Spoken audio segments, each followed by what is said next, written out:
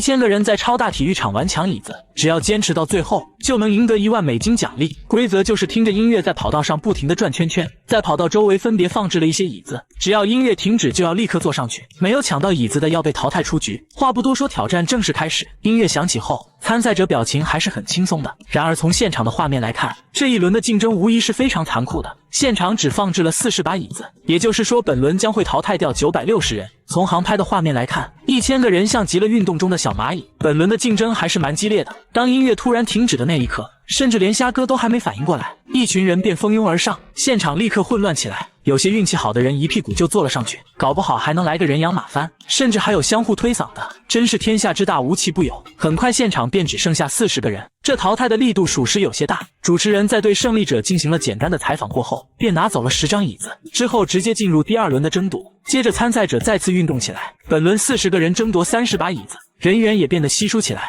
他们有序的缓慢跑着，也不乏一些人非常懂规则，一快一慢的想要随时霸占椅子。就这样，众人在跑了2圈后，音乐突然停止，反应快的立刻坐了上去，反应慢的不得不面临一番决斗。一个漂亮的转身将椅子夺了过来，而有些椅子甚至没有人争抢，这几位选手安然的坐了下来。此时现场只剩下30名选手。随后主持人宣布再次拿走10把椅子。在稍事休息过后，众人再次开跑。本轮是30人抢20把椅子，此时跑道上的间距明显拉长了不少，而椅子的间距就更别提了。一些聪明人在快跑到椅子时，明显放慢了速度。当音乐停止的那一刻，位置好的选手能够轻松坐下，哪怕是2个人竞争同一把椅子，也明显没有之前激烈了。随后主持人再次让人拿走10把椅子。很快几人再次起跑，这时参赛选手明显加快了跑步的速度，因为每隔几十米才有1把椅子。可没想到，就当大家才刚刚起跑没多久，音乐就突然停止，反应慢的一脸茫然，也不乏一些人以最快的速度坐了上去。很快10张椅子便被哄抢完。在接下来的几轮争夺中，主持人都分别抽走2把椅子，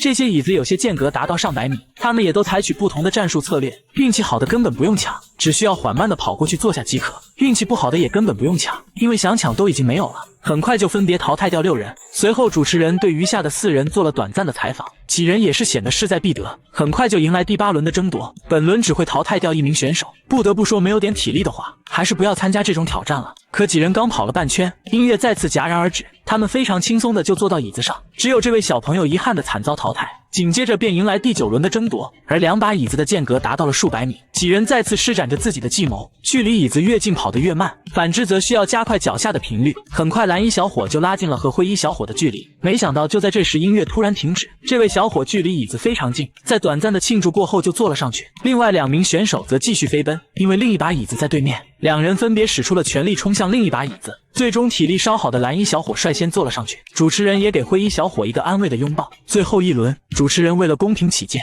将椅子拿到场地中央，到底谁能够赢得最终的胜利，让我们拭目以待。随着一声令下，万众期待的终极对决正式开跑。此时白衣小伙加快了速度，因为弯道处对自己很不利，越是这样的比赛越不能掉以轻心。2人也是斗智斗勇，始终注意着音乐的旋律。现场的 DJ 也很公平，在2人跑到平行的位置时，突然停止了音乐，2人以100米冲刺的速度跑向终点。此时现场的所有人全部将目光锁定在2人身上，看得虾哥更是激动不已。最终白衣小伙以1秒的优势抢先坐到椅子上，同时赢得了1万美金奖励。如果是你，有没有信心从1000人挑战里脱颖而出呢？